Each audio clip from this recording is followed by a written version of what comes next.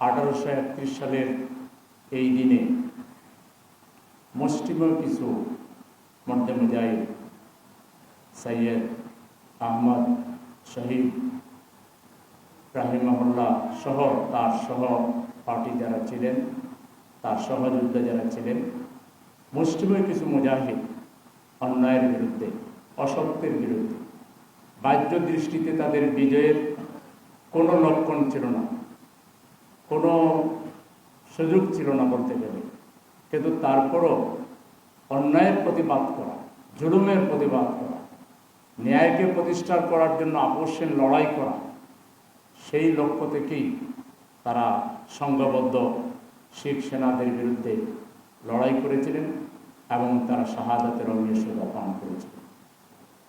যুদ্ধনীতি কিংবা বাহ্য দৃষ্টিতে পর্যালোচনা করলে এটা মনে হতে পারে যে একটা অসম এবং অদূরদর্শী একটা পরিকল্পনা, কিন্তু যদি সত্যিকার একজন মুজাহিদ হিসেবে কোনো ব্যক্তি নিজেকে চিন্তা করে, তাহলে সে এর মধ্যে একটি সত্য খুঁজে পাবে। সেটা হলো মুজাহিদের কাফেলা কত ছোট কিংবা কত বড়, তাদের বাহ্যত বিজয়ের কোনো সম্ভাবনা আছে কি নাই, এটার চেয়ে বড় কথা হলো আল্লাহ তাআলা যে ঈমান আমাদেরকে দিয়েছেন, সেই ঈমানের বাস্তব বহিঃপ্রকাশ ঘটানো। আল্লাহ রাসূলের হাদিস অনুযায়ী মান রাআ মুনকারান ফালিয়ুগাইয়িরহু বিয়াদিহি ফাইন লাম ইয়াস্তাতি ফাবিকলবিহি ফাইন লাম ইয়াস্তাতি ফাবিলিসানিহি ওয়া যালিকা আযাফুল ঈমান। শক্তি থাকলে যেটুকু শক্তি আছে সেটা দিয়ে প্রতিরোধ করতে। মূলত সেদিন অন্যায়ের বিরুদ্ধে, অসত্যের বিরুদ্ধে, শিরকের বিরুদ্ধে, জুলুমের বিরুদ্ধে মুসলিমের মধ্যে মুজাহিদরা তাদের জীবন বাজি রেখে এই সাক্ষ্য দিয়ে গিয়েছেন যে বাতিলের কাছে কখনোই স্বার্থের জন্য, দুনিয়ার জীবনের জন্য, দুনিয়ার মোহের জন্য বাতিলের সামনে মাথা নত করা যাবে না। সেই সাক্ষ্যটাই সেদিন তারা দিয়ে গিয়েছে এবং তারই ধারাবাহিকতায় যুগ যুগ ধরে সেই অন্যায়ের বিরুদ্ধে, অসত্যের বিরুদ্ধে লড়াই অব্যাহত আছে। আমরা মাত্র কিছুদিন আগেও সেই একই ধারাবাহিকতায়, যদিও একই লক্ষ্য উদ্দেশ্য নিয়ে এই আন্দোলন না হলেও এটার সামগ্রিক লক্ষ্য ছিল অন্যায়ের প্রতিবাদ করা, ফ্যাসিবাদকে এখান থেকে বিলুপ্ত করে এখানে একটি সুন্দর, স্বচ্ছ, ট্রান্সপারেন্ট একটা মানুষের জীবনে যাতে মানুষ স্বাধীনভাবে চলাফেরা করতে পারে, স্বাধীনভাবে কথা বলতে পারে, স্বাধীনভাবে তার মত ব্যক্ত করতে পারে, তার জন্য একটা সুন্দর পরিবেশের জন্য, সুন্দর বাংলাদেশের জন্য ৩৬শে জুলাই আমাদের ছাত্র জনতা, শ্রমিক জনতা যে বিপুল ত্যাগ স্বীকার করেছে, এগুলো ইতিহাসের ধারাবাহিকতা মাত্র এবং এখানেও শেষ হয়ে যায়নি। আমাদের লড়াই অব্যাহত আছে এবং লড়াই অব্যাহত রাখতে হবে।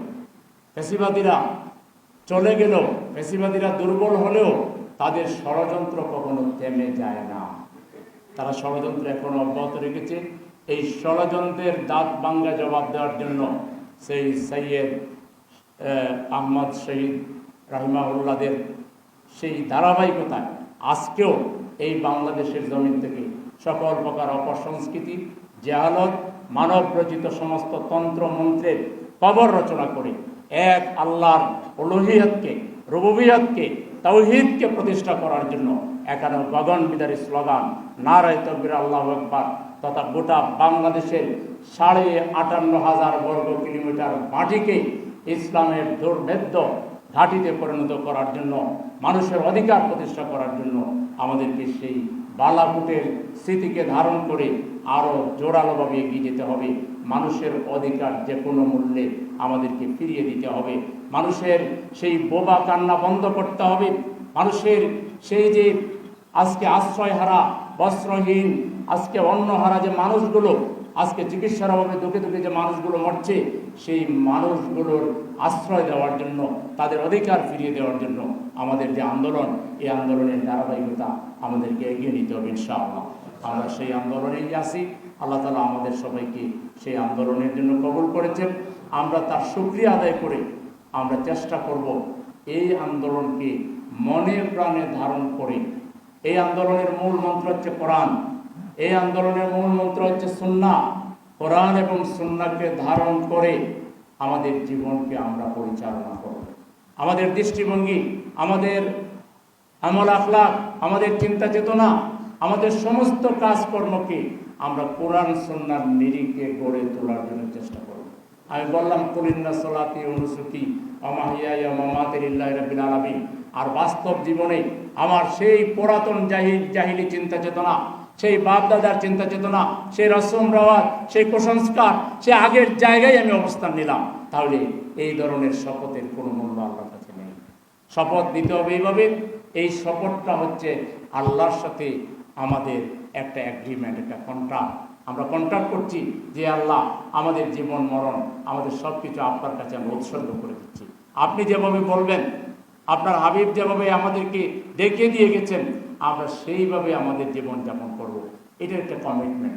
মূলত আল্লাহকে রাজি খুশি করার জন্য মাধ্যম হিসাবে জিহাদ ফি সাবিলিল্লাহকে আমাদের ফোকাসে আমরা নিয়ে আসতেছি, আমাদের মুখ্য কাজ হিসেবে আমরা গ্রহণ করছি, এইম ইন লাইফ হিসেবে আমরা গ্রহণ করছি। আল্লাহর প্রিয় গোলাম হয়ে আল্লাহকে সার্বক্ষণিক আমার স্মরণের মধ্যে, আমার চিন্তার মধ্যে, আমার সমস্ত কাজের ভিত্তি হবে তাকওয়া। এবং আমি একাকী যখন চিন্তা করব, একাকী যখন চলব, একাকী যখন থাকব, তখনও আমার চিন্তার মধ্যে আল্লাহ থাকবেন, আল্লাহর স্মরণ থাকবে, আল্লাহর ভয় থাকবে, আল্লাহর মহব্বত থাকবে, আল্লাহর ভালোবাসা থাকবে। দুনিয়ার কোনো ভালোবাসা আল্লাহর ভালোবাসার উপরে যাবে না। দুনিয়ার সকল ভালোবাসা আল্লাহর ভালোবাসার নিচে থাকবে, অনেক অনেক নিচে থাকবে। আমরা সবচেয়ে বেশি ভালোবাসবো আল্লাহকে, তার রসুলকে, তার দিনকে। আমরা সবচেয়ে বেশি অগ্রাধিকার দিব আল্লাহকে, তার রসুলকে এবং তার দিনকে। যদি এটা আমরা দিতে না পারি, আমরা মুমিনের জায়গায় নাই, আমাদের স্থান হবে ফাসিকের জায়গায়। আর ফাসিককে আল্লাহু লা ইয়াহদিল কওমাল ফাসিকিন, আল্লাহ শপথ নিয়ে বলছেন, আল্লাহ ফাসিককে কখনো পথ দেখান না।